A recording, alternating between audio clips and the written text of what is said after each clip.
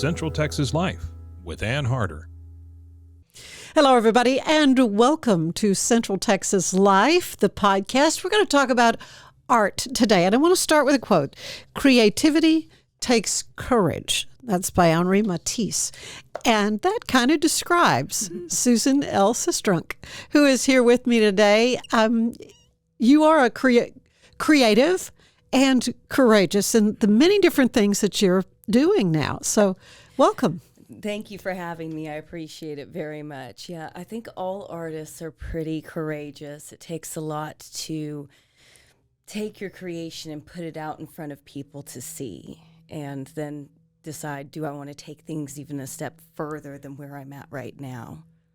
Well, you as an artist, I want to find out, first of all, I want to let everybody know you have a fine art gallery in Waco, in Uptown Waco. Yes, ma'am. That 2120. Okay. 2120 Washington. Mm-hmm. I'd written it down backwards, so I'm glad you corrected me. 2120 Washington. And your hours of operation? I do a lot of things by appointment, but my official hours are Thursday through Saturday, 1 p.m. to 6 p.m. Okay, good. Well, now you have been open how long? 4.5 years now. Has it? Yeah, it's been 4.5 years. We opened the gallery. I opened with a previous partner in 2019, March of 2019. And then in 2020, we were shuttered for 16 months because of COVID. We went our separate ways, and I decided to keep the gallery and rebranded it under my name in 2021. And over the last 4.5 years, we've sold over 500 paintings of local artists out of the gallery. This is huge because what you do provide for artists a venue. And we recently did a Facebook Live about Grayson Chandler's exhibit. It's over now, but he is a Houston artist and young guy. Yes, he's in his mid-20s, and he's already achieved a lot of success in Houston. It was great to have him here in Waco, get his feet wet in our local art scene, and I hope we see him back soon. Well, it was just a beautiful work. I mean, really, really amazing work. As you say, he's pretty well known, getting better known, at least in Houston. I don't know, a lot of people are interested in collecting art. And so this was an opportunity you provided for folks. Absolutely. Some of the best art collections I've seen here in Waco are the most diverse collections. I can think of 3 collectors right off the top of my head who would tell me, well, I'm not really an art collector, but you walk into their house and their house is just full of art, and it's all different kinds of art, Western art, surrealist work, hyperrealism, photographic work, and abstract work, impressionist work. I mean, it's just a full range of different kinds of art. So it's always a joy to help people also learn, if they're thinking about collecting art, kind of guiding them through that process, because some people get intimidated by art collecting because they say, well, I don't know anything about art. All you have to know is what you like. Do you like it? Don't like. Yeah, it's like, I like that picture. I could see that over my sofa. Exactly. It can be as basic as that. But I know a lot of people do look at this kind of thing as an investment. So how do you kind of gauge that? Or is there any way? Well, there really isn't a way to gauge the investment factor unless you're buying buying art from an artist who's already very well established, very well known. There's not really a great way to know how art will appreciate over time unless you're buying something like a Monet or Renoir. You got very deep pockets. Then you have deep pockets, and you know your investment is solid. Well, and you know it's real and not a copy. Exactly. There's that. There is that. Which will get us a little later in our discussion to some of the other creativity that you've got going on. But I kind of wanted to learn more about your journey as an artist. Did you always know from a little girl that you wanted to create art? Yes. Did you really? My father was stationed in San Francisco. He was in the Navy. And I remember a school field trip when I was 7 years old. And we went into this museum. And it had dark wood walls, similar to my gallery, really, your actually. gallery. And there were paintings everywhere. And I remember the smell of the oil paint. Could you? And I remember thinking to myself, wait a minute, they have a whole building where you can just hang your pictures? And in my, 7-year-old brain, it just like blew my mind. And shortly after that, I received my first set of oil pastels from a friend of my parents. And they were Grumbacher, and to this day, I still have a few of them left. Do you really? I do. And they're the only brand I buy now. I know that's completely nerdy, but Grumbacher was bought out by another company a few years ago. So now I go on eBay and I look for the exact same box of the exact same oil pastels that I had when I was a child growing up. Well, certainly you have consistency then and what you're doing. So you began painting. Did you take lessons? Did you study this in school? How did you kind of develop yourself as an artist? Well, I didn't study it in high school. My mother was very intent on me playing the flute. So I was a classically trained flautist for 9 years. All right. And then, but I still was drawing and doing things when I could at home. And then when I graduated high school, with some of the money that I got from graduation, I immediately went and bought myself a whole bunch of art supplies, a whole bunch of painting supplies. Yeah. And I took a semester off after high school, and then I started college in the following spring. And I signed up for a drawing class. And I kind of wanted to know if I was any good because I thought I was kind of good at it. And Mike Donahue was my first art professor at Temple College. And I had a show for him actually last year. Did you? And he held my hand through the whole nerve-wracking process of starting to show art. And he was tough on me, but it was fair. And so throughout the course of my college career, I decided, I'm going to major in art. And my parents were probably shaking their heads. After all those flute lessons we gave you. After all those flute lessons and all the other possibilities, you're going to decide you want to be an artist. Yeah.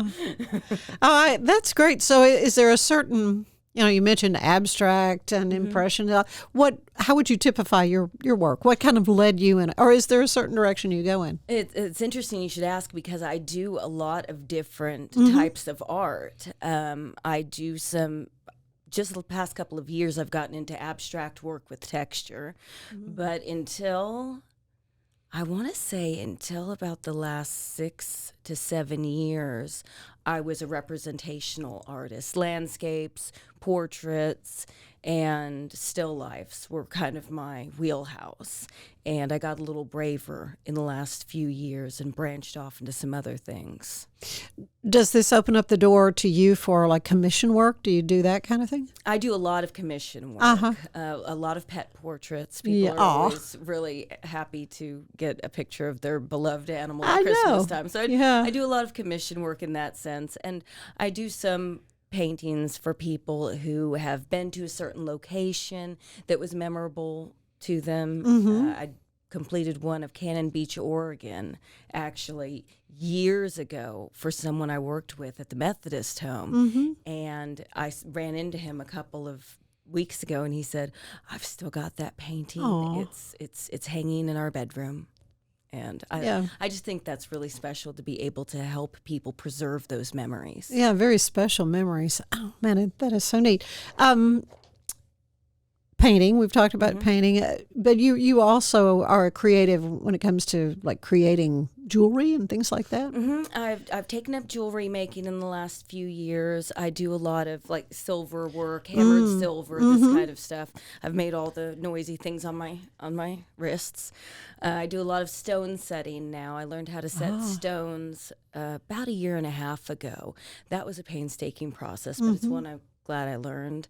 And I do some decorative work with skulls, even like animal skulls. And I do a lot of different things. Like a cow. Yeah, like cows and longhorns. Yeah, kind of a Western. Yeah. Which does, I mentioned Western. I've had the opportunity to visit a couple of really fine Western art galleries. Yes. And that as a genre, I think is wonderful. And so do you do that kind of thing as well? The kind of what would be considered Western art, Native American, all that kind of thing? I suppose I do more when I do venture into that category.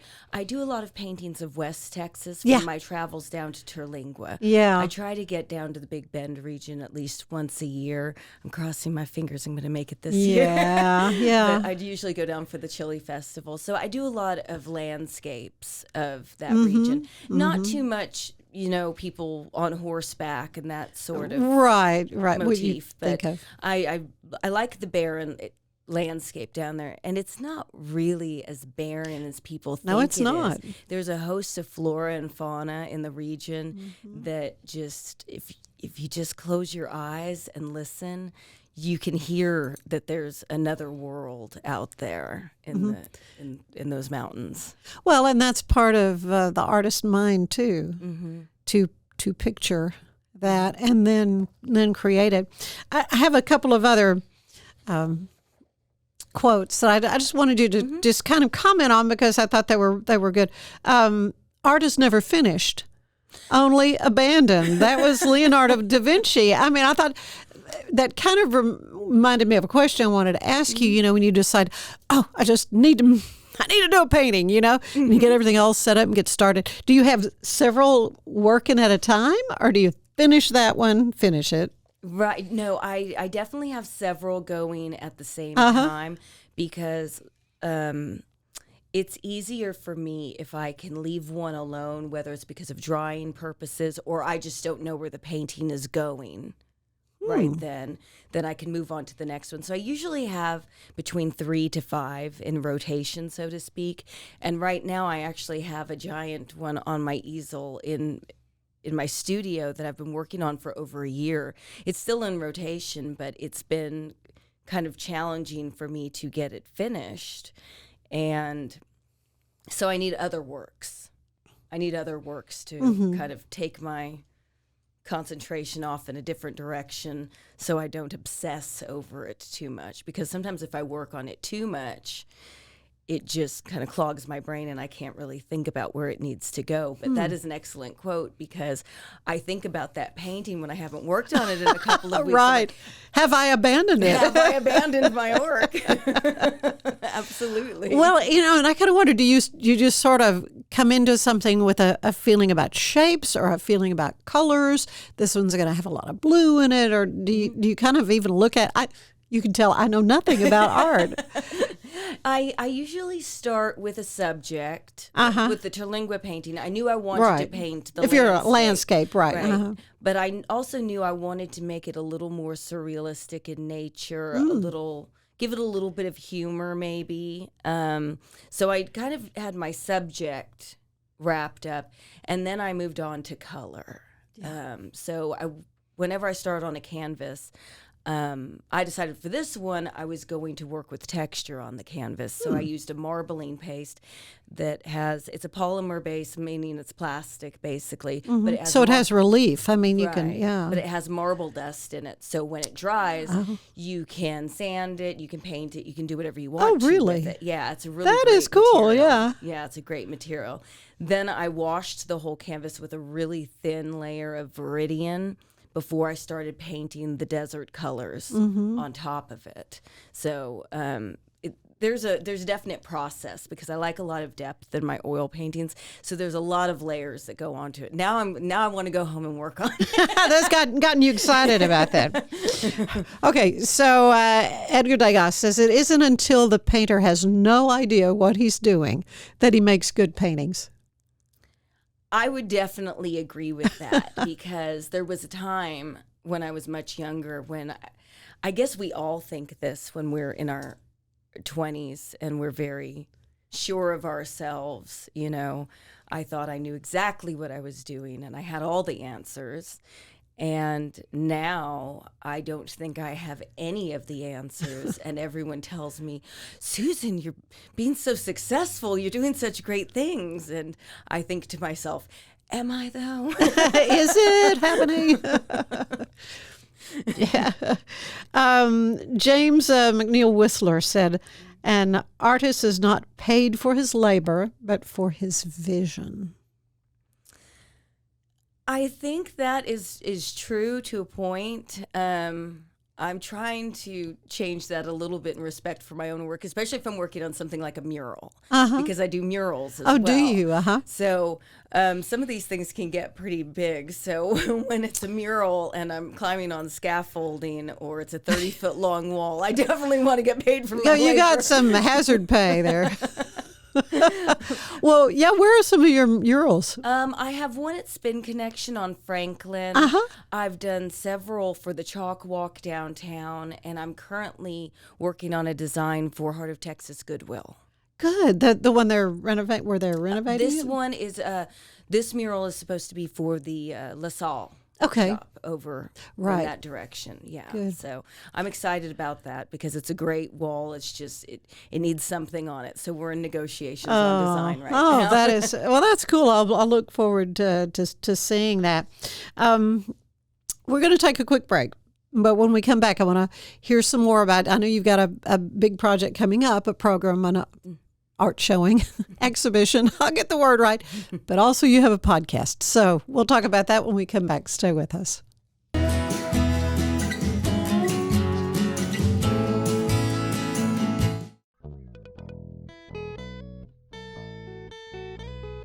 Hi, this is Sarah. And I'm Carter. And this is Some of Our Thoughts. We're two Southern sommeliers, and we want to share everything we love and know about wine.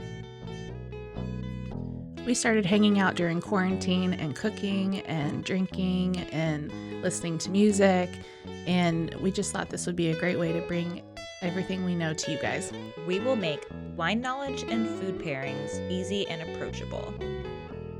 So put on your favorite vinyl, grab your favorite glass of wine, tune into our show, and let's have some fun. Wine and vinyl. So check us out on roguemedianetwork.com or wherever you get your favorite podcast. We'll be talking about a lot.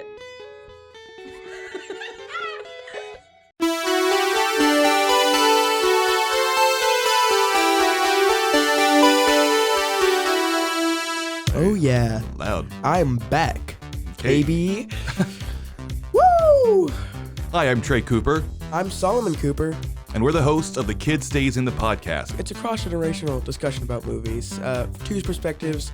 I'm the young one, he's the old one, and we have some fun arguments. I don't think we need to say it that way. You're old. Anyway, whenever you tune in to listen to the Kid Stays in the podcast, you can expect to hear a very, very intelligent discussion of a film from me and a really imbecilic perspective from Solomon, who hates anything that wasn't made after 2007. You're very rude to me. We tried to watch a movie from 1985 once, and he really hated it. Tune into our show.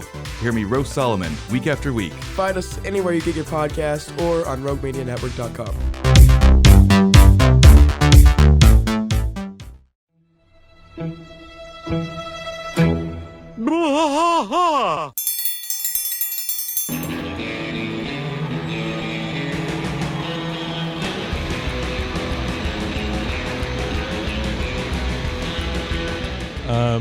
What are we doing here, Rusty? What are we going to do?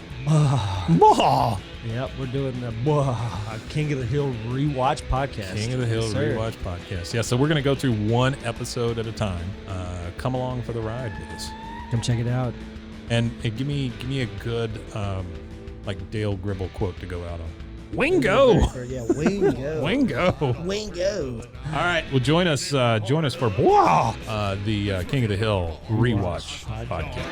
Deep in the heart of Texas, that drinks his brew and he spits his chew. Deep in the heart of Texas, the TV blares but no one cares.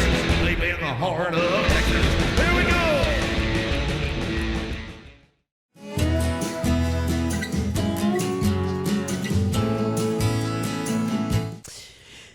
And we're back with Susan L Sistrunk Fine Art Gallery in Waco, in Uptown Waco on Washington. And you've got a new exhibition coming up.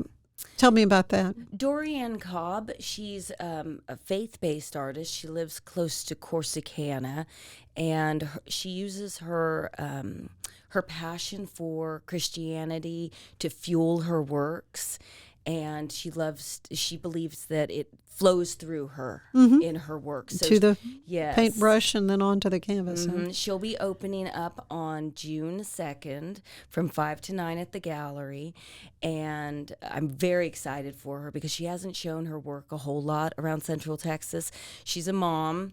She works full time, so she's a busy lady, and I can't thank her enough for wanting to have her work in the gallery. And she'll be up for a month, and I'm hoping she has a very good turnout because she's such a sweet person, very genuine, incredibly gifted painter, and very, like I said, she's very devout in her faith.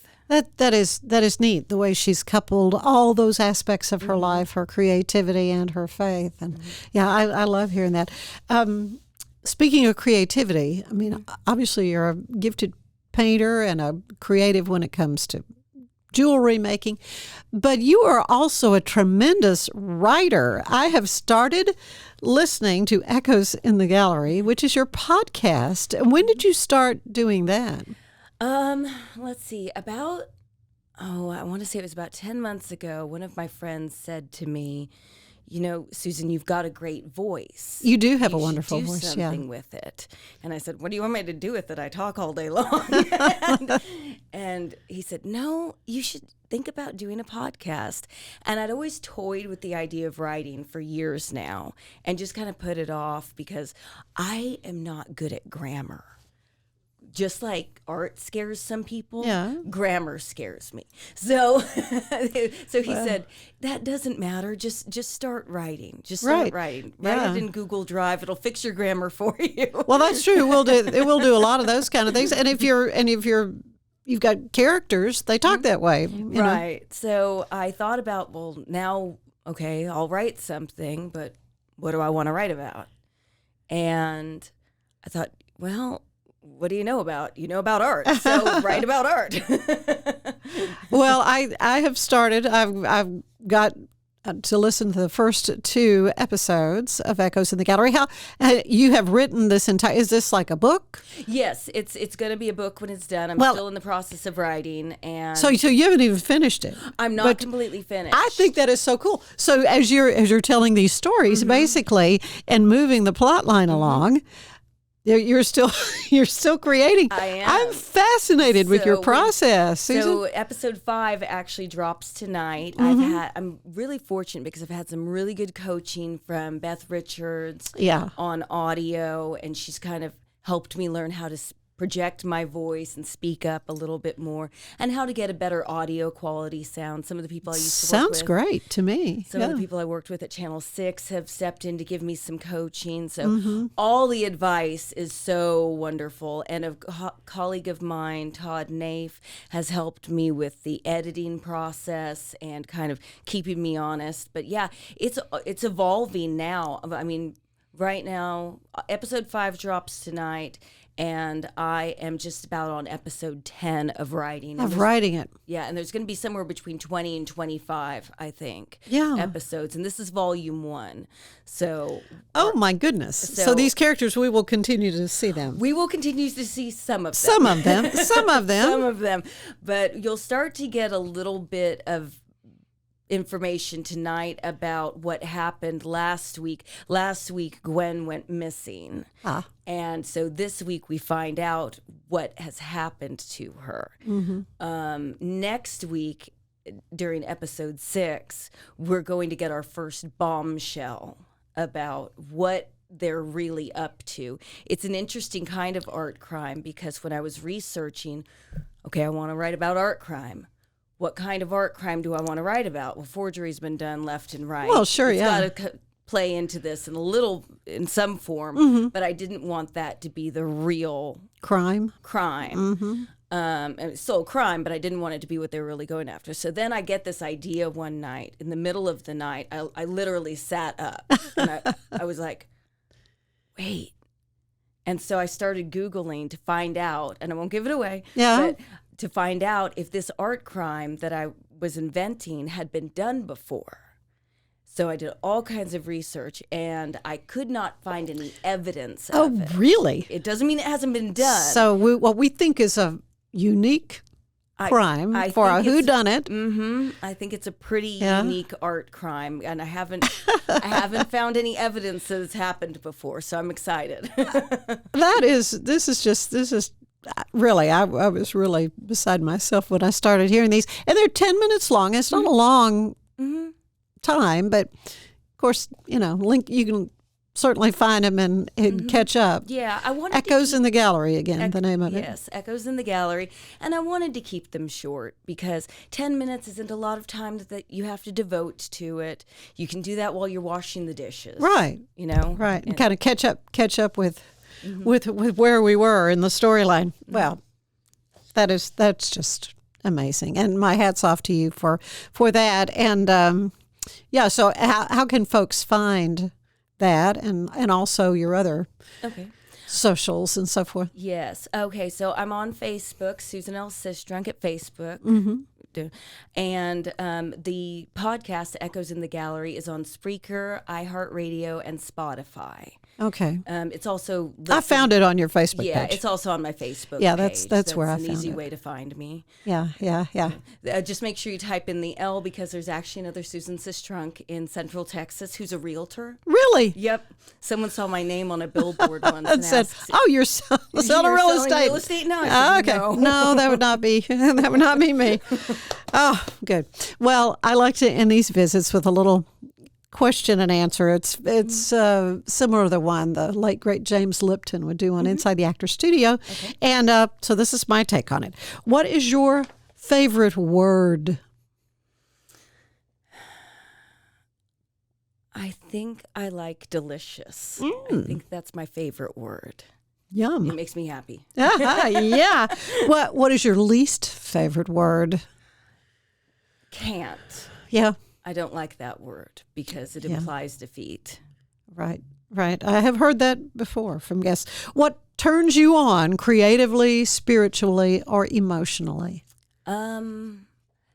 Silence. As I've gotten older, I've found that I live such a public life kind of here in Waco, and I'm always so busy that when I have silence, it's just a breath of fresh air and my mind can clear and I feel like I can breathe. What turns you off then creatively, spiritually, or emotionally?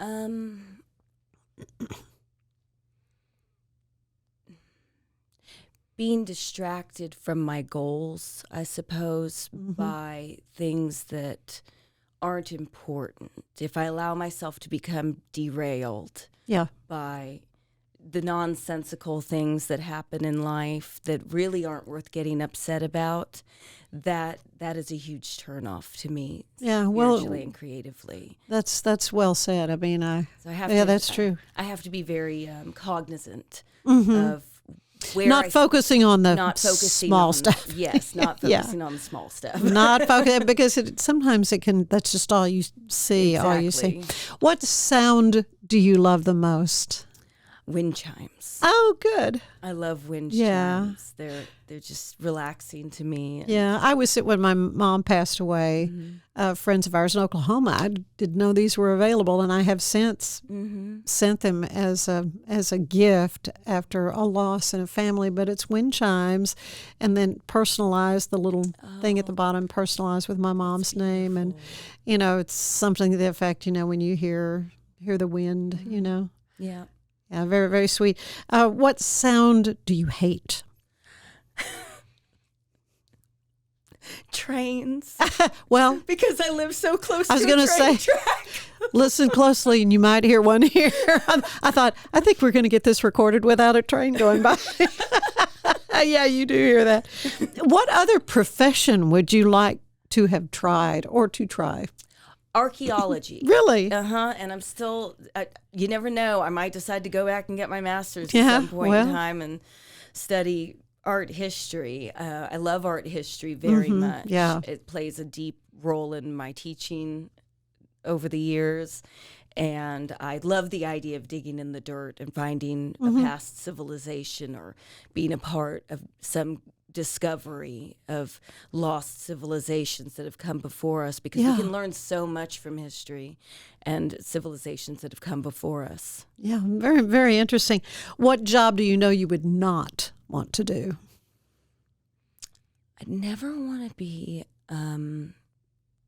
any job where I pretty much have to sit at a desk all day long. I can't see you doing that. Because I tried it for 6 months. I Did went to you? work as a graphic designer, and I lasted 6 months. That's it. That's all, folks. Oh, gosh. Okay, one last question. What do you want to hear God say when you arrive at the pearly gates? You did a good job. Yeah. That would do it for me. Yeah. Yeah. Well, you are doing a good job. You did a good job. You can rest now. Oh, Susan, really, I go visit your art gallery, Susan L Sistrunk Art Gallery at 2120 Washington in Uptown Waco later in the weekend, Thursday through Thursday through Saturday. Through Saturday. But I'm always available for, you could call. I mean, it's easy to reach you. Yeah, you can always call me at 254-733-9478 to schedule a private appointment. Yeah. I'm pretty accessible. Well, and check out your wonderful work there as well as an artist up and coming that you are featuring. It's just a great thing for them that you're doing as well. Thank you. I appreciate it, Ann. Thank you for having me. Well, thank you for coming. All right. Well, we will see you next time on Central Texas Life. Have a good day. Bye-bye. Central Texas Life with Ann Harder is part of the Rogue Media family. Be sure to check out our other shows at roguemedianetwork.com. Please rate this show 5 stars on iTunes, Spotify, YouTube, or anywhere you get your podcasts. Join us again soon for more Central Texas Life with Ann Harder.